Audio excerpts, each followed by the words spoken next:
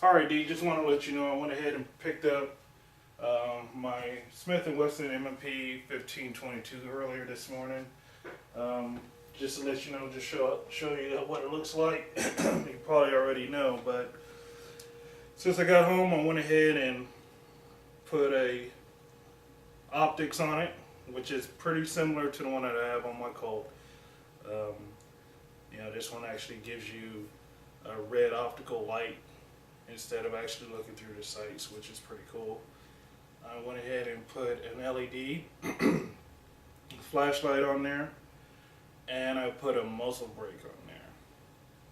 Comes with a 10-round magazine. I did a field strip on it.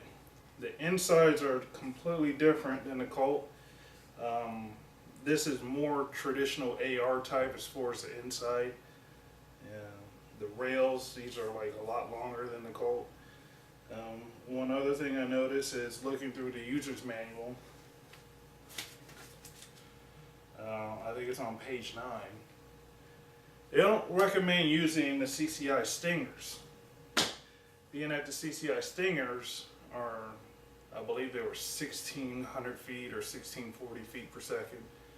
So I kind of got the assumption that being that most of this is polymer because it's a lot lighter than the Colt, I'll say 80% of this is just polymer. It's really, really lightweight.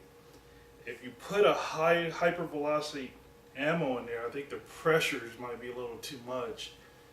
And worst case scenario, you might crack the frame and things of that sort. So they don't recommend the CCI Stingers.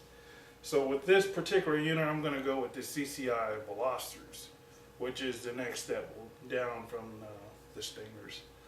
I believe the Velocitors are 1470 feet per second, so I think I'm safe with that. Pretty cool unit. I think I might wind up putting a red laser on this one instead of the green one on my Colt.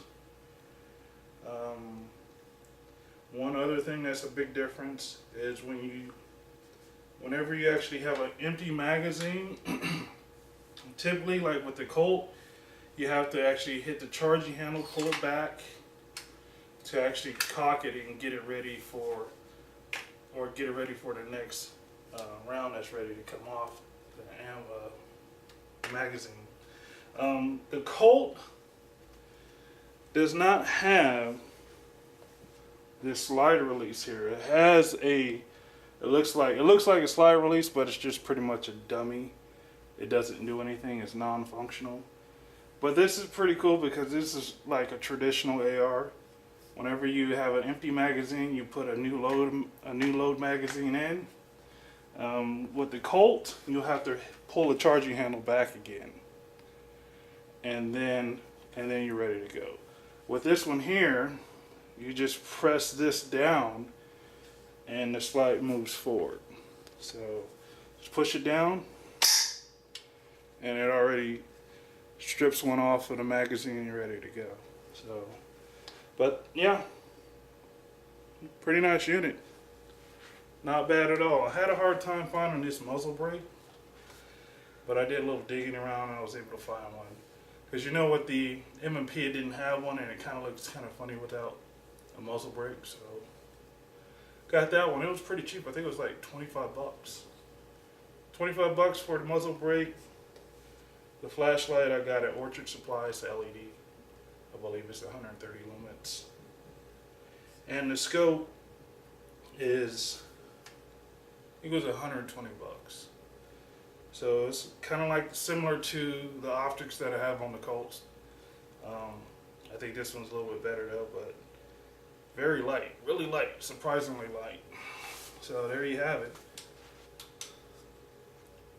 Good unit, collapsible stock, just like the Colt. Nice unit. There you go. If you have any questions, hit me up.